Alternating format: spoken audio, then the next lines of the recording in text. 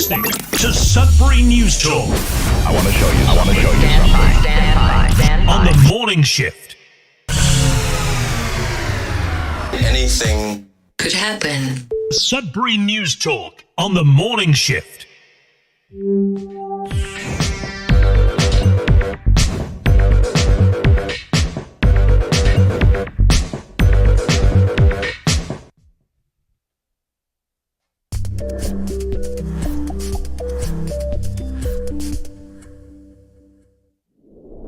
All right, and here we are. Welcome, everyone, to Sudbury News Talk on the morning shift. I'm AJ Walsh. It is Tuesday, July the 11th, 2023. Good morning, and thanks for being with us. Grateful to be with you. It's going to be a great show today. We have a lot to talk about. There's a lot of news, and we're going to do our best to get through it. We have Billy waiting in the wings to come on and be with us for the first time in a while. It seems like it's been a while since we've had a chat. Anyways, we got some weather, we have a little bit of sports, and we have lots of news to talk about today. And a question that a follow-up question maybe that I asked yesterday on the show, and see what if there's anything else that has come from that. But first of all, I'd like to welcome Billy in a second, as soon as he's done with his getting set there. Do you feel ready to say good morning, Billy, at any particular point in time? I think I'm good. Yeah, let's see here. Oh, I love that. Looked like you were flying for a second. Oh, I gotta try a little bit more here. There we go. Cool. Perfect. Well, how you doing today? Great.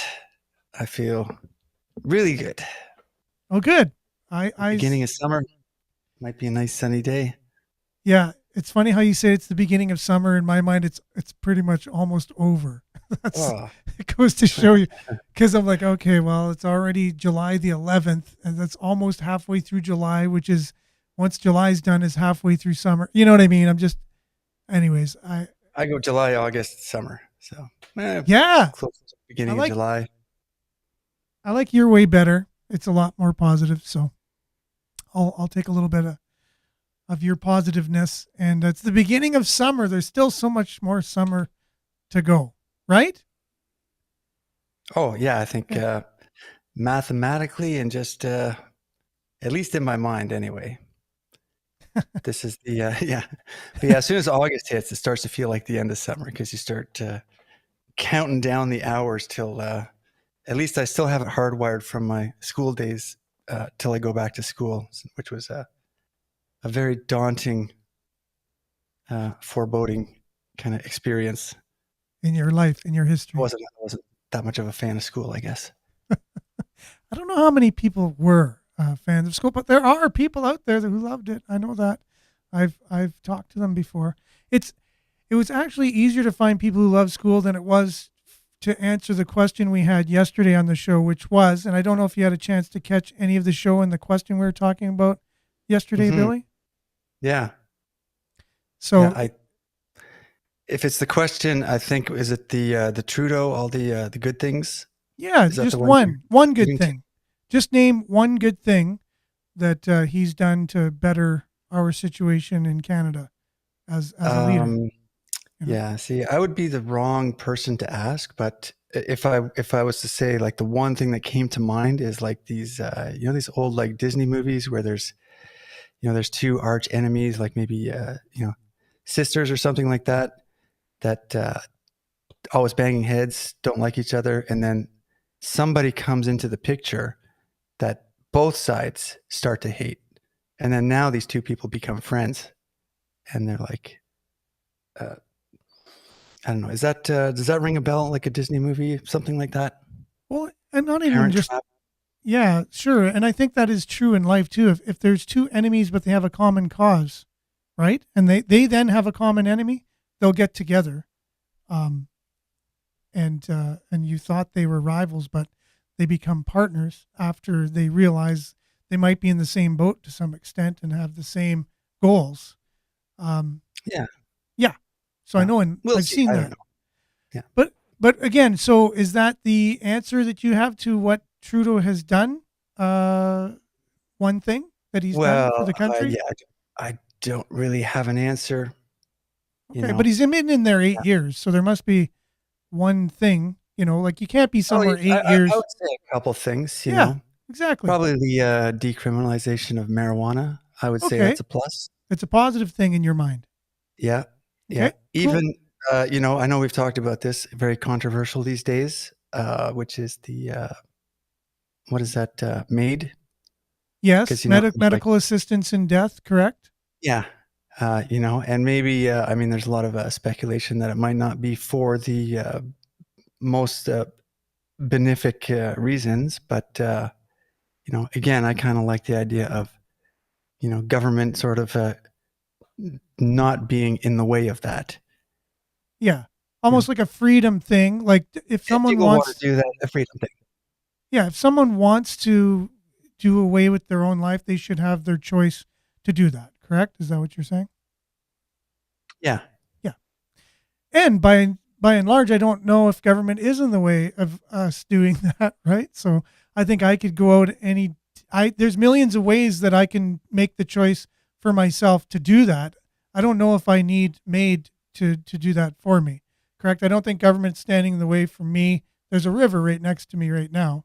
Yeah. It's very to some rapid. degree. Like I could jump in and inhale, all the water, and I'd have no problem. But anyways, yeah. So again, this is the idea of yesterday's show was to just, what are some things, and you pointed out two that could be positive things that he's done since being here, pushing medical assistance in death to minors, even without the permission of their parents who are suffering from mental illness, which is where it's going. It's going to be law very soon, where that's so your teenager's suffering from depression goes to see the psychiatrist, and they don't come home, and it's like, what happened? Oh no, they chose medical assistance in dying, and yeah, I guess we'll have to make some arrangements. I guess that would be a bad, or would it be that would be a separate bad?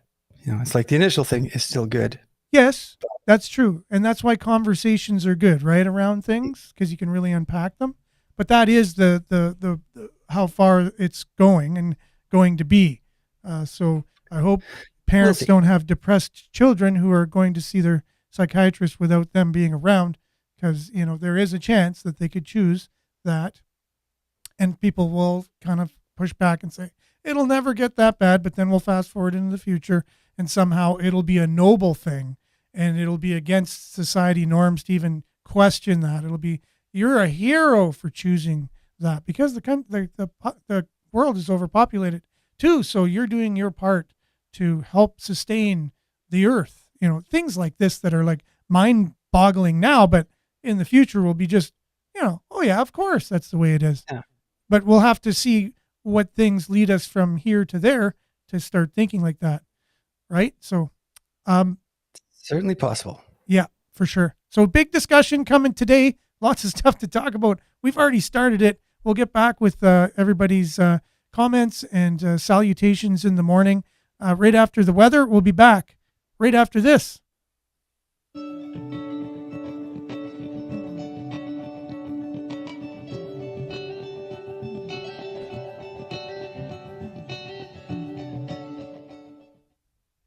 All right. Welcome back. Sudbury Weather brought to you by sudburyweather.ca.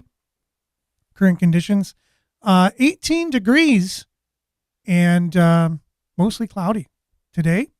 We can expect sunny early in the morning, then a mix of sun and cloud with a 40% chance of showers late in the morning. And the high is 25, humidex 26, UV index 7 or high. Tonight, clearing. This evening, low of 12. Wednesday, increasing cloudiness early in the morning. 24 is your high. 25 is the humidity. Index 7 is also your UV index for tomorrow. Wednesday again, 24, mainly cloudy. That's tomorrow. Thursday, there's a chance of showers, 30%, high of 27. Friday, so far, sunny. And then chance of precipitation for the next 3 days, 40%, 40%, 30%, high of 24, 26, and 24 for Saturday, Sunday, Monday. That's your long-range forecast. So there is possibilities, less than 50% chance of showers other than Friday in the forecast so far. As you can see, the satellite view, a lot of the cloud activity over northern Ontario, central Ontario, that could possibly bring some of these days of precipitation. That's your Sudbury weather, brought to you by SudburyWeather.ca. We'll be back with news, headlines, your comments, Billy, and much, much more right after this.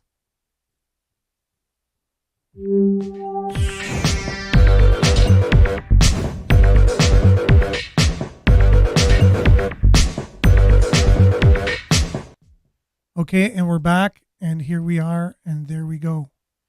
Okay, where'd that go? Right there. Okay. So as you can see, yesterday's show was a little bit, I guess, I don't know. It was one question. It was a simple question. It was, what do we believe Justin Trudeau has done for us as a country? What has he done good? What has he done good for us lately? Basically. So here it is right here. I also posted it immediately following the show, thinking that we were going to get a plethora of activity. But unfortunately, I was shadow banned by Facebook after putting up the question. I don't know why. It's a question, a simple question. What has Justin Trudeau done to make Canada better?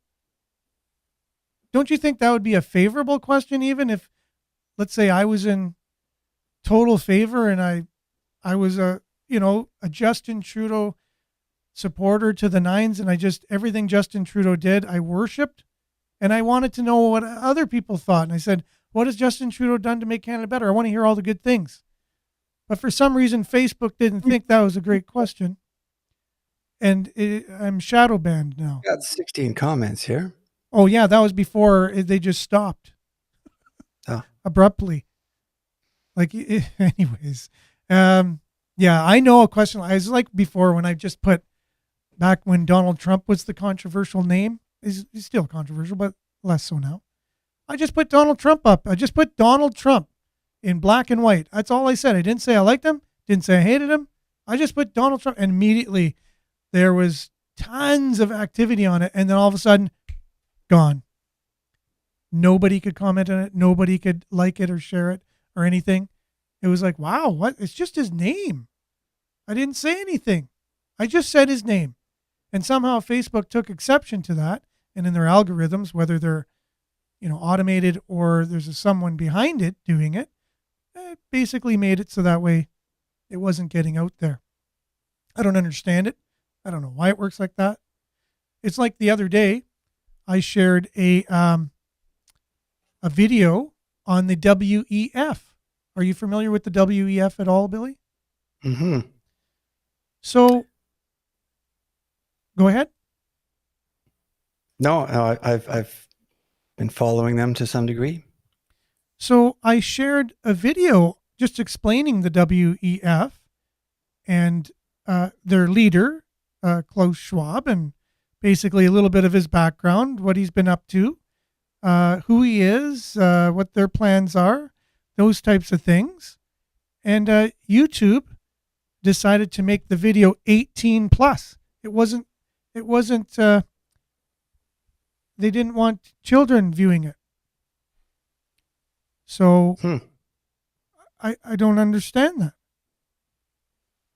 That's interesting. You just shared it. You didn't make it. And I didn't make it. I just shared a video that was already, it was already there. So now it's not letting me find it. So I just wanted to show everybody the actual email because, people think it's like a conspiracy, when you say things like this. So now I'm looking for it. There it is. Sunday, July the 9th. No, that's not. That's Sudbury.com. Well, here's this isn't really There a it is. defense of those actions, but I will say, that experiment where you take a bunch of black ants and a bunch of red ants. Have you heard of that? And you put them in a jar, and then you shake it. They coexist peacefully. Oh yes. Until you shake it. Correct. And once you shake it, then they fight to the death. Exactly. And it's like there's all these things that are very volatile, like you said, like you just put up Donald Trump, and you don't even have any context to it, and you could just see that's almost like you're going to get lots of conflict, lots of this jar shaking, and I think I think for humanity to success here, we're going to have to somehow navigate these jar shakers, and there's going to be lots of and I think and it comes down to like things that are not going to be like inflammatory. So how do we, like, whatever side we're on, kind of get conversations going with the other side that's not going to get them to dig in their heels, Exactly. offer a little bit of concessions here and there, try to some peace offerings, something so that it doesn't explode, Yeah, and now specifically back to this jar shaking thing and what's going on here. So I shared the video about the WEF, and then I had a client in, and they wondered what my little studio was here. So I do a little podcast every morning. They said, "Oh, really? What is it?" And I said, "Oh, it was up on my computer." So I showed them a bit of that day's show, and then I noticed there was content. It says cannot be displayed on the YouTube video. But where it cut it off, it didn't cut off the whole video.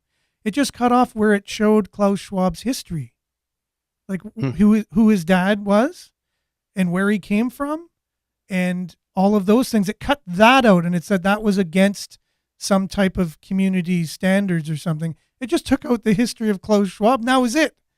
And then the next day, I get this email that I'm going to show on the screen here that is saying, "Dear Sudbury News," or "Hi Sudbury News, we reviewed your content and determined that it may not be suitable for viewers under the age of 18 per our community guidelines. As a result, we've age restricted the following content." So that particular video on that particular day, just one video. So we haven't applied a strike to your channel. Wink, wink. If you keep doing this, we will. I'm just putting that in there. And your content is still live for some users on YouTube. Keep reading for more details on what this means and steps you can take if you'd like to appeal this decision. Oh, I'm sure it's an easy process. What age restricted means? We age restricted content when we don't think it's suitable for younger audiences. This means it will not be visible to users who are logged out, are under 18 years of age, or have restricted mode enabled. So what I can do next? We realize this may be frustrating news, and we want to help make sure your content is accessible to all audiences. Here's what you can do.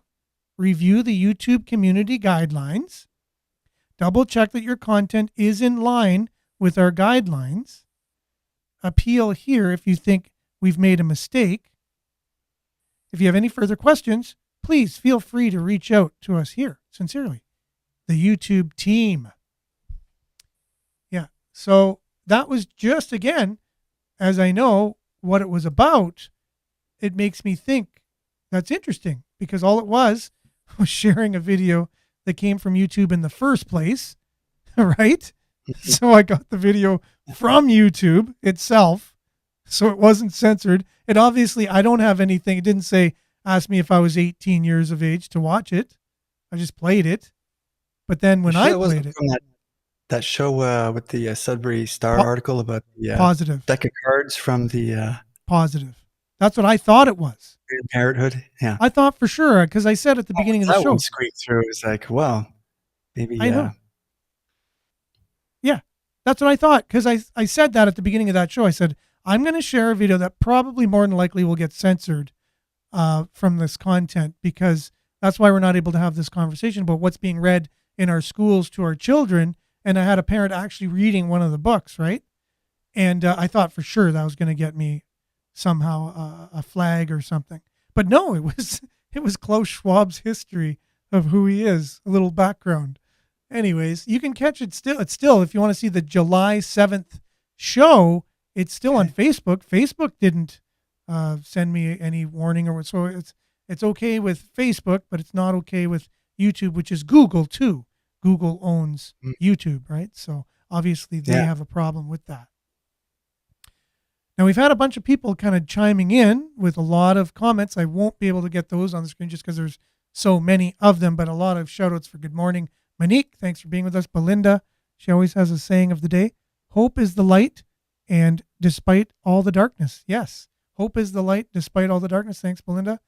Judy, good morning. Thanks for being with us. Denise, good morning, everyone. And Brian, top of the morning. Sudbury campers. And Belinda, good. Oh, good analogy, Billy. Thanks, Belinda. Belinda. Yeah, for sure. So then we're going to get into a lot of the political points of view that everybody can read. And if you're on the radio and you want to go back and see all the political kind of back and forth, you can go on there later and check it out and get part of the conversation. Mona, good morning as well. And here's Dave chiming in here. No good mornings, but a good morning to Stephen. Good morning, Dave. I hope you guys are having a great morning this morning. Positive morning. So a lot of comments here. I just want to make sure to get them up on the screen just so we know that everybody's having a fair share at the comments. So, and as long as you know, when you make a comment that's more than 2 lines and a bit, it's not going to get up on the screen, but you can read it in the Facebook comments, no problem. Denise, good morning, everyone. Good morning, Vin. Thanks for being with us. Maurice, good morning. Thank you. So, yeah, again, Stephen and Dave, very, I guess, triggered by the whole Justin Trudeau question yesterday. I noticed a lot of comments coming through on who's right, who's wrong, right wing, left wing. Very political. I don't want to go down that road. I just want to talk about the middle of the road. Because if you go too far one way or too far the other way, it ain't good. You got to be on the road or else you're not going nowhere. You're in the ditch. Okay, Diane, good morning. AJ and Billy, bon matin. Thanks for being with us. Okay, so I do have to say one thing, though, because I went back and read some of the comments from yesterday's show. And Stephen did make a good point about Trudeau is helping the Indigenous people with their water. Something like 80% of the places that didn't have clean water now do. And it's slated to be 90% very shortly. So what happened was he shared that same thing like 3 times. And then every time said, you're missing it, you're not reading it. But because it was so big of a thing, I was trying to get everyone's comments in, and I'm like, it just must be a bit of a rant. So I was trying to skim it. And it's not easy to be the moderator of a show, be the host, the tech guy, and be handling all the things behind the scenes. And when we get into a conversation that's huge like that, and then I'll get blamed that, oh no, it's just because I'm biased and I'm trying to limit people's points of view. But no, that's not the case at all. Honestly, I know that. So long as I know that, I'm good with it. Lots of comments coming in here.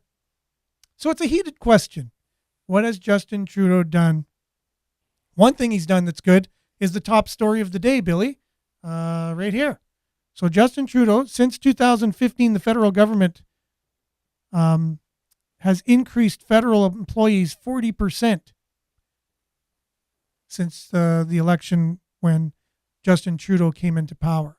So that's a good thing, right? 40% increase in federal employees. He's doing his part to increase employment in Canada. Even though our population, if you look at our population, I wonder what the percentage is of our population growth compared to the percentage of federal employees that have been hired. It's probably not the same, but 21,000 workers. I heard it's just over 40 million now. Yeah, it just went over 40 million just recently, I think last week or something. So that's a good thing. We're getting larger and larger federal government, right?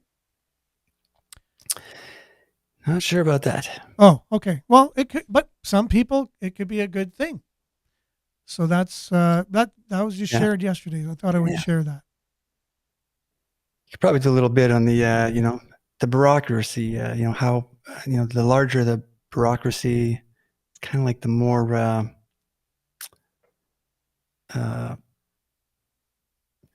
don't know. Is it the harder to change things? It's it feels like it gets a little bit more. Things get a little bit more entrenched.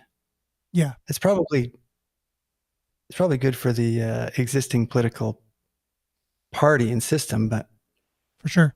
It's funny. Remember, he was going to bring in first past the post. That was one of the things I remember thinking when you were talking about that yesterday, which I caught the first half of the show. But I remember, like, right off the out of the gate when he first came on the scene, he seemed full of these great ideas. Which, when you look back at the videos now, it's like, wow, he seems like a conservative back then or something, because it's just it's all the things that were, kind of 180 degrees from where he's at now. Yeah, interesting. I think if you go back and do look at, which we often don't do, is go back, whether it's a news story or it's a politician, is go back and see what they said before and see if what they're saying now. So, yeah, all kinds of good morning, David, thanks for being with us. And hello. We are. Gazia.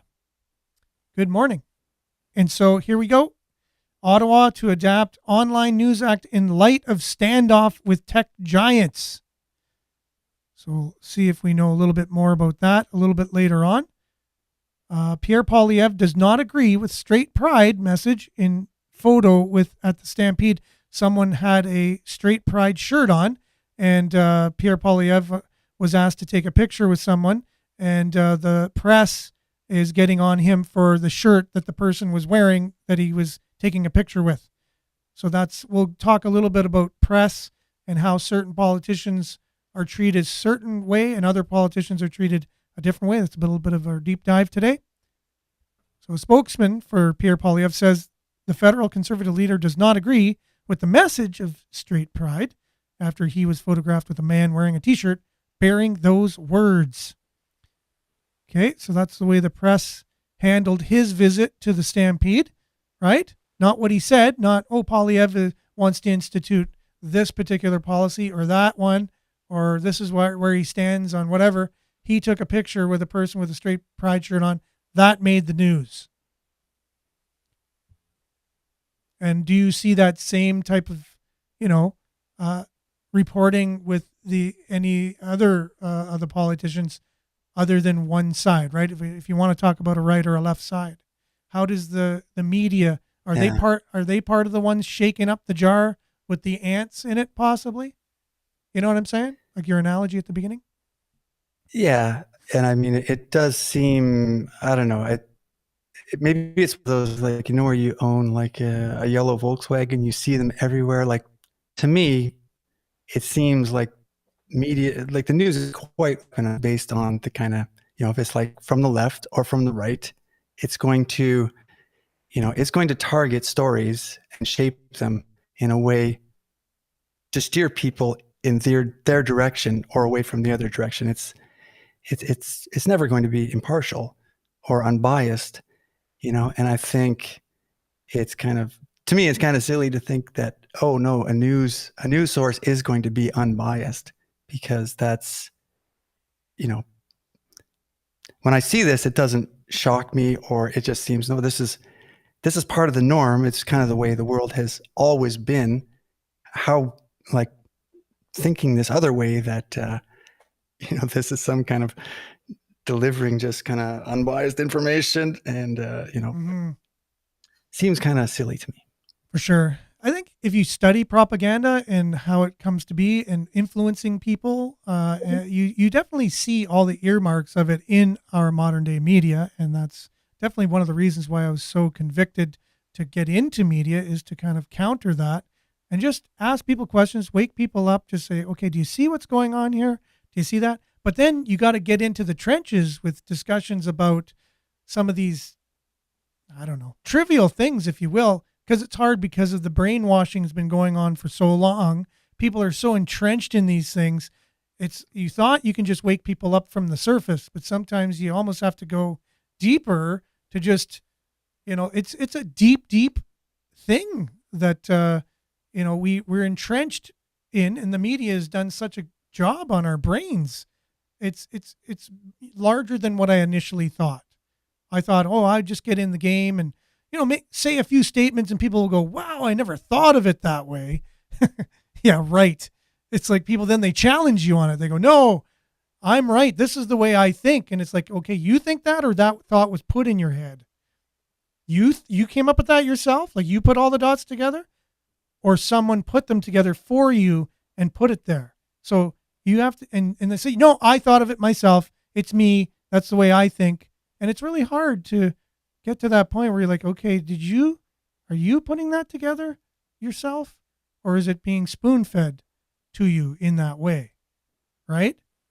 So Yeah. subtle Well, things. I mean, if you look at any kind of large group like countries and stuff like that, how they always have the perspective that their sort of history and whatever was kind of fed to them from their government is right. You can obviously look at all these different countries and all these different groups and say, well, they're all going to be shaped differently. We're all influenced by it. Like Yeah. that's just sort of part of the norm, I think, in coming to understand that, we are being shaped, For sure. and if I grew up somewhere else, I would not have the exact same views that I have right now because I would have been shaped all my life by those things. You So, make a great point. You make a great point. If you travel the world or you know anything about the world, look at all the different cultures we have. So cultures got there for a reason over time, right? They think differently, they do things differently, they eat different foods, they dress differently, and that's not by accident. So something happens in a culture over time where people, they have beliefs. If you look at, like I heard listening to repetitious CBC, information. Yeah. that's right. Even people have different superstitions in different cultures, and it's totally that way. Like meanwhile, they're human beings. We are all human beings. We're all the same. We're not different. I don't care who tells us anything different. If you put anybody of any ethnicity in a different way, they have the same opportunity to become the same thing, no matter what. So humans are humans, but we might look a little different, or we come from a different place, and the only difference is what we've been taught our whole lives, and our culture, and how we absorb that, and how we live, and that impacts how we think and how we do things, how we eat, how we dress, what we do for a living, and some of it is environmental. You have to admit that, like depending where you live.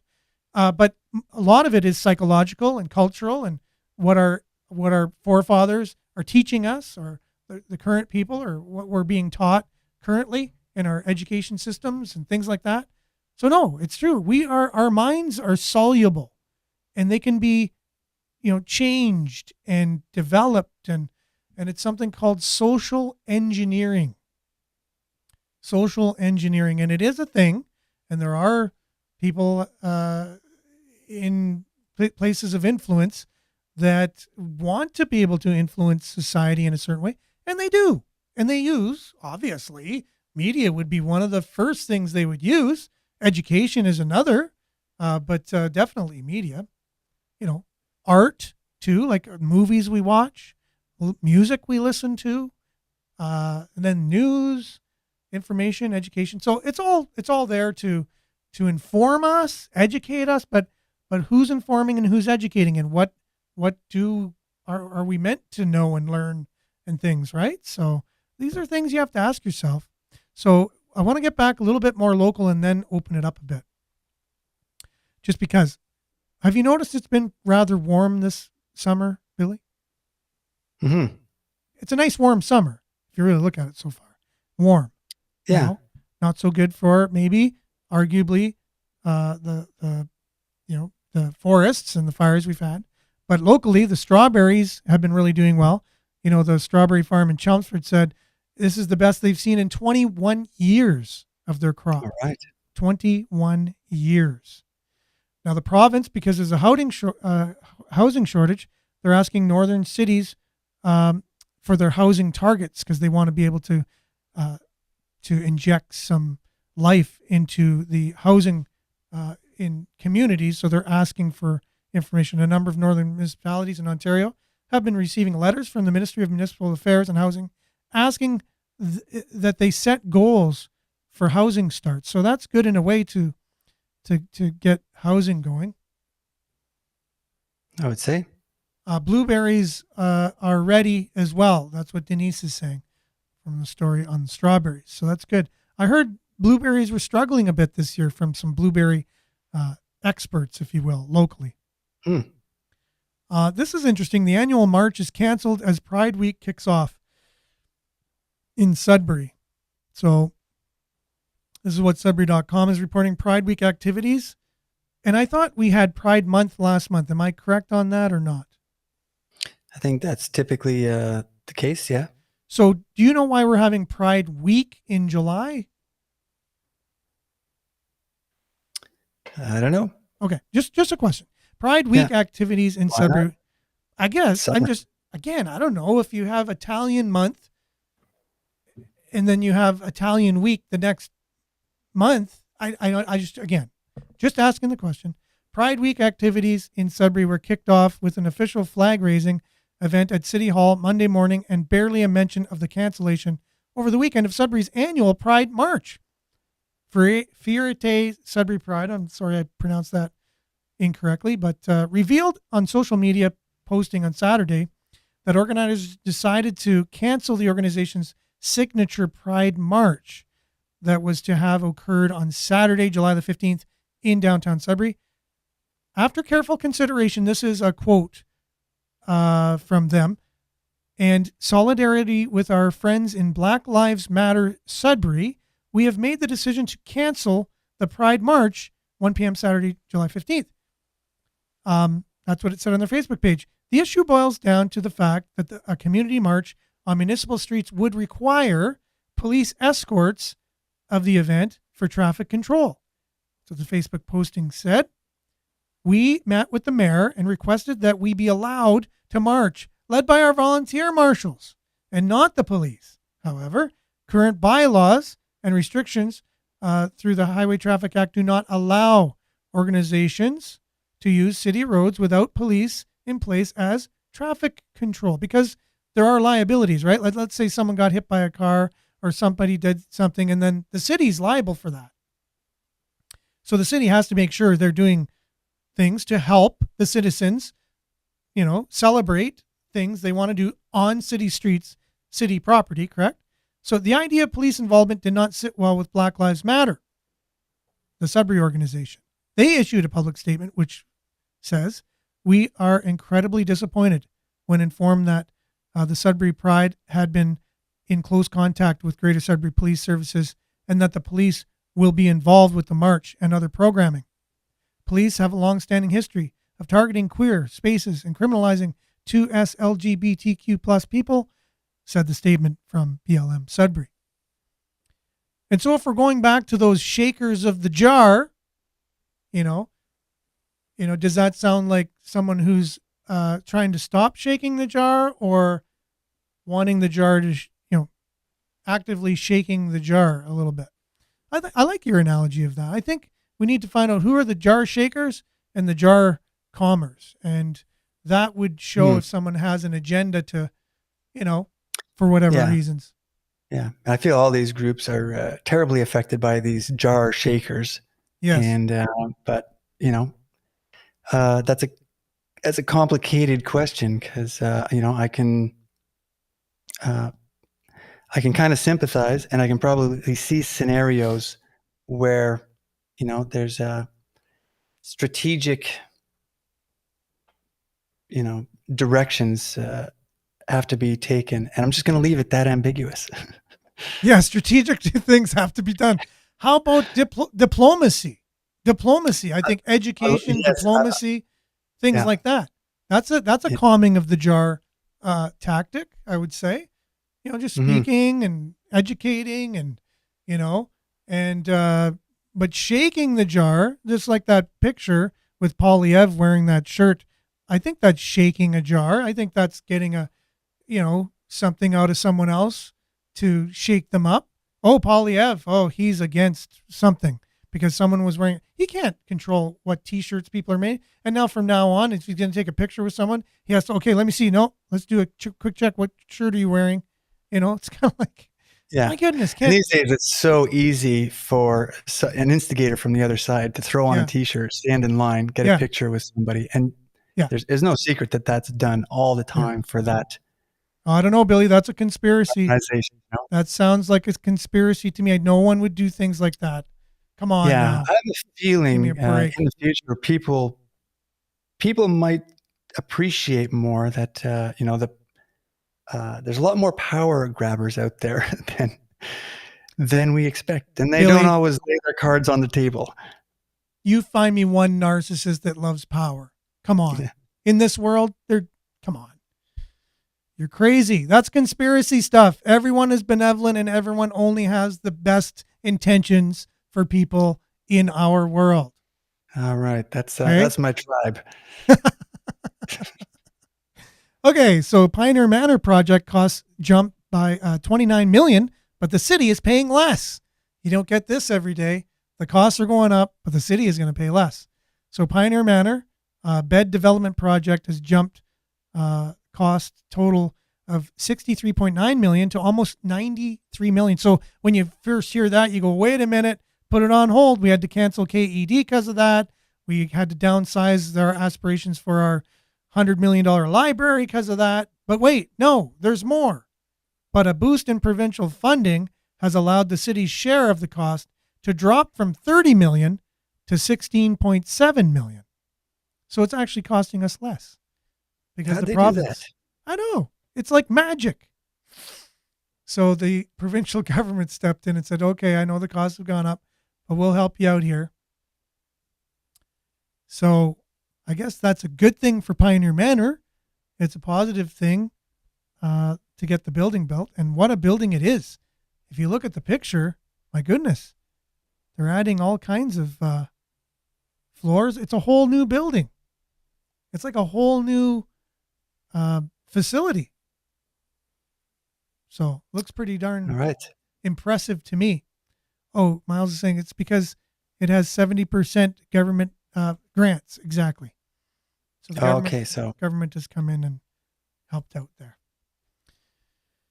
All right. Provincial government. The provincial government, yes.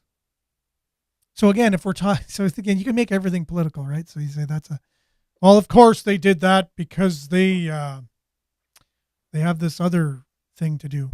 And, governments are going to do what they do. I think government is too big. They have too much money, of our money, and they're not accountable. They are not accountable. And there's too much bureaucracy, which makes too much red tape. Getting things done take way longer when there's 40% increase in our federal government since 2015. It just makes things a lot slower. I think we need to make a skit where we need to do a simple task. And that's go from one office to another and hand someone a piece of paper.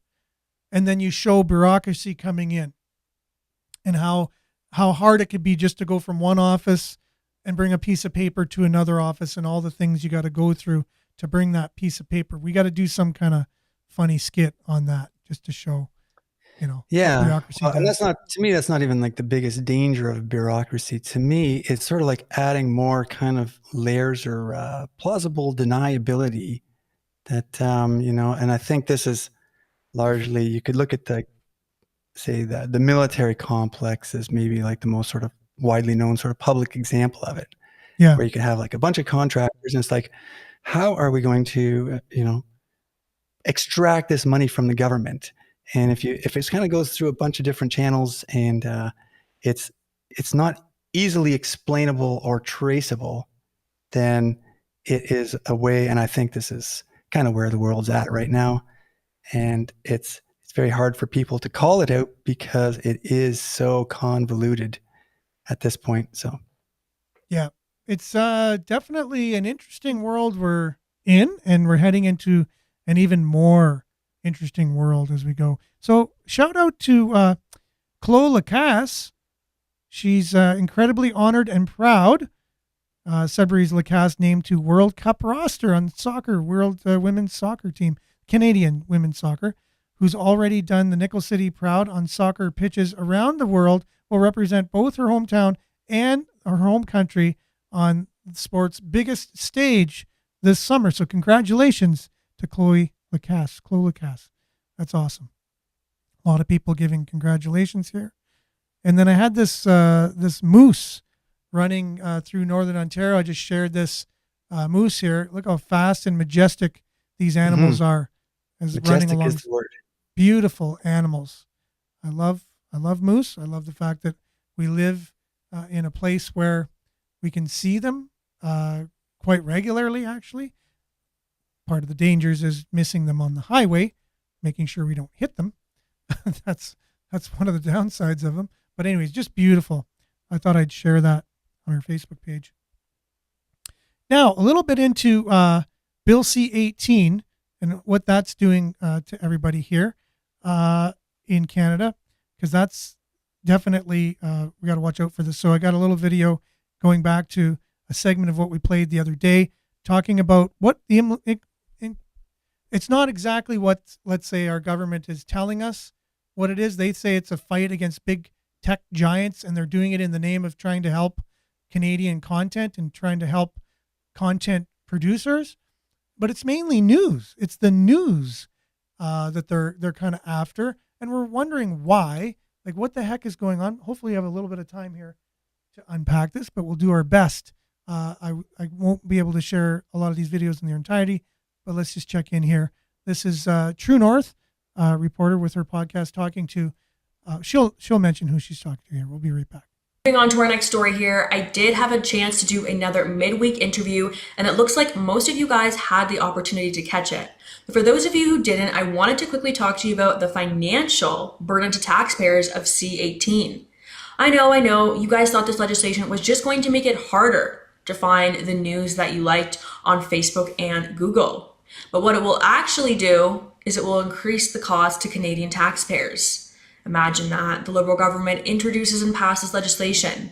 And of course, there's a fee to all of us. Here's what Chris Sims, the Alberta director of the Canadian Taxpayers Federation, told me about Bill C-18 earlier this week. The Heritage Minister piped up and said, oh, don't worry. We need to make sure that these newsrooms stay open. Who's we? The government, I guess. And we are going to make sure that you have the resources you need. Now, resources, of course, is government speak for taxpayers' money.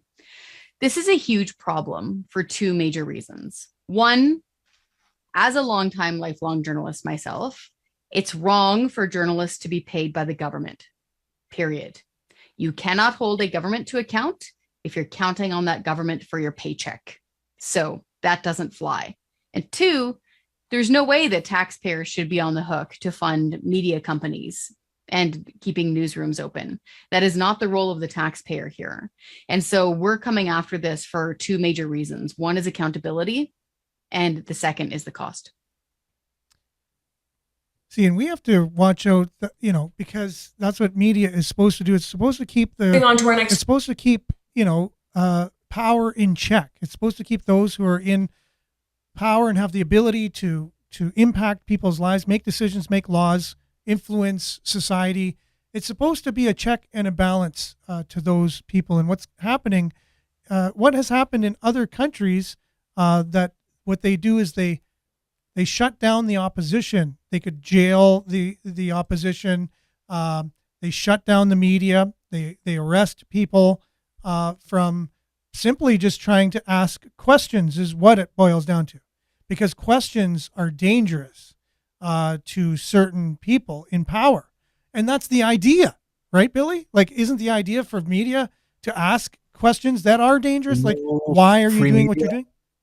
Yeah. Yeah. Without free media, there's no democracy. That's one of the sort of the pillars of it, right? Because if you don't have people getting informed with real information, then, you're just playing a charade, basically.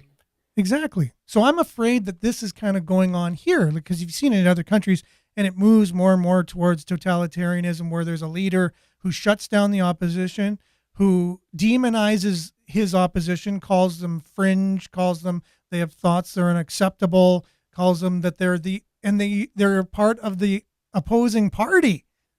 They're the opposing party are evil, and you need to be afraid of them. And this is just, it's a page right out of the Marxist handbook of how to do this type of thing. And I'll just show an example of this. Here's a reporter just trying to get in to the liberal, convention just to ask questions. But this is how this particular journalist was treated when they got there. Hi, if you're not accredited media, unfortunately, you will have to ask you to leave. But we didn't do anything for disturbing the event. We are just But you need asking to be a couple of accredited questions. to the party. What outlet are you with? What are you What outlet are you with? Sorry. with Urban News? Yeah, unfortunately, the You organization knew work about for, it though. The organization you work for is widely reported to represent extremist far-right views, and you're not welcome here. Extremist far right views? You're not welcome Well, at the can you convention. tell me one I'm sorry, extreme it's time far to go. right news that we published? It's time to go. No, I want you to answer, and It's I will time go to after. It's time to go. No, I just asked time you. to go. What is the far right news We're that we asking did you very publish? nicely. One, just We're one. asking you very nicely. It's time to go. We publish almost 100 per week. One news that is far right extremist. We're asking you very nicely. Can you It's time to please go. tell me one? Time Did to you go, ever please. watch what we do? Why you ask me to be accredited when this man knew about my outlet and called me extreme right-wing news? It's time to go, please. It's time to go. You can answer or not? Because you don't know. time Because to you go. never watch what we are doing. Okay. Thank you. Yes for- or not? Yeah, and it's the normal things to answer the question when you have been asked once. It's time to go. Thank you. So this guy just actually said that Urban News is a extreme right-wing activism outlet when it's untrue. And when I asked to him if he can name me one news that is extreme right-wing, you see, he cannot answer at all. So I just thought that's just telling, regardless of, I know there's people watching going, well, it is extreme right wing. Okay. All right. Well, Fox News is extreme right wing, I guess, considered by, if you're one side, you label the other one extreme, but it's all in the intent to not answer the questions they might ask you, right? Like what's so, it's okay. Let's say they were extreme. Let's say they were extreme right wing. All that reporter is going to do, though, is ask you questions. They're not going to come in with a bomb. They're not going to come in guns a-blazing. They're not going to come in and do something illegal. The only thing they're going to do is ask you questions. But if you can demonize them and say, no, you're too far, your ideas are too far out of the question, we can't allow you in here. So now you have the idea of media is paid by the government. So you need to be government-sanctioned media. If you're not government-sanctioned media, you're not allowed in to ask questions. And we're not going to answer your questions, no matter how many questions you ask. Like I asked yesterday, one thing that Justin Trudeau's done that's good for the country. It's very simple. He's been in there 8 years. There should be, you could be able to write a book. You should be able to write a book about all the good things after 8 years that a leader's done for a country who self-admits, says that they've done so much good. There should be all kinds of evidence of that. But again, they don't allow that. But I just want to play a quick video of someone actually asking questions to somebody, and look how uncomfortable it is. And that's the reason why they don't want it. And this comes from the United States in one of their sessions of Congress where they're holding the FBI accountable for why they're not releasing a document. And just look how uncomfortable this is when you're actually facing real questions. This is what our government does not want, and this is why they're shutting down any voices of opposition. Thank you, Mr. Chair. Senator Hawley. Thank you, Mr. Chairman. Mr. Abadi, let me just stay with you. You just started to answer Senator Blackburn's question that not releasing the 1023 or talking about it as a matter of life and death. Question of life and death, you said. Explain. It is potentially a question of life and death for whom? With regard to the source of the information. So, okay, so now we've confirmed that the document exists. That's progress because the FBI director initially denied that it exists. Why did he do that? We have already and previously acknowledged the existence of the documents. Yeah, after you first denied it. Now, when a member of this committee read it, right, the FBI director, let's just get the record straight. The FBI director initially said it doesn't exist. Then Senator Grassley said, I've read it. Then he said, oh, okay, well, gotcha. I guess it does exist. Now you're going back and forth with members of this committee what's in it. Why don't you just release it? Is it classified? The document is not classified. Okay. Will you commit to releasing it? Senator, we'll take that back and we will work with you and this committee. How about just a yes or no? Will you commit to releasing this unclassified document that alleges that the President of the United States, has taken $5 million or more in bribes from a foreign nation? The document has already been released pursuant to a subpoena to the House Oversight Committee. Has it been released to this committee? We'll work with this committee within the parameters that are established to meet. Will you release the request. document to the public? It's unclassified. Don't you think the American people have a right to see it? Senator, the document, as you know, contains sensitive information that has bearing on the life of the source of the information, potentially. You can redact the source's name. We do this all the time. In some instances, Senator, and I know you know this, that is not sufficient to protect people. And that's what we strive and work to do each and every day. And I hope you would take that seriously, too. Oh, I take it very seriously. But I also take seriously the fact that your institution has repeatedly abused its authority, has repeatedly targeted political opponents. Your institution is the one that went to the door of pro-life protesters with SWAT teams to try and intimidate people because of their speech. Your institution is the one that treated parents as domestic terrorists because of their speech. Your institution is the one that, according to the court, the FISA court, ran 278,000 unwarranted, probably illegal queries on Americans, right? That was your institution, correct? With respect to the compliance incidents, yes, some of the other things you cited, we can take them one by one. They are not. Compliance, you would characterize the unlawful querying 278,000 times of American citizens as compliance issues? We've said before, I've said that totally unacceptable. Who's been fired for it? Individuals involved are handled through the disciplinary process. Who's been fired for it? We have, in the case of the unintentional instance where something similar happened, we have fired people in the past. Wait, I'm sorry. What does that word salad mean? The unintentional instance where what does that mean? Who's been fired for the 278,000 times that you improperly or illegally queried the database for American citizens? Anybody? When we find intentional incidents.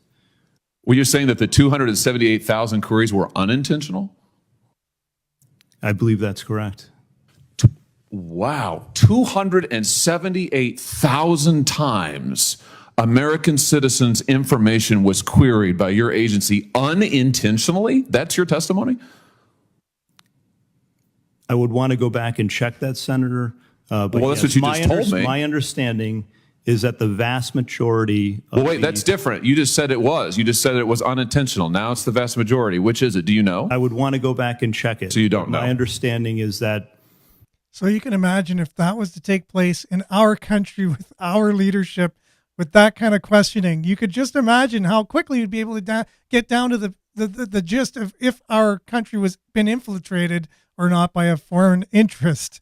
If we had that type of an inquiry, it would we got to get that guy up here and say, hey, do you mind being part of, questioning our politicians? Again, you need the media component too, because you could have that line of questioning, but if it doesn't get reported or if it gets spun so differently, that no one actually sees it or processes what's actually going on there.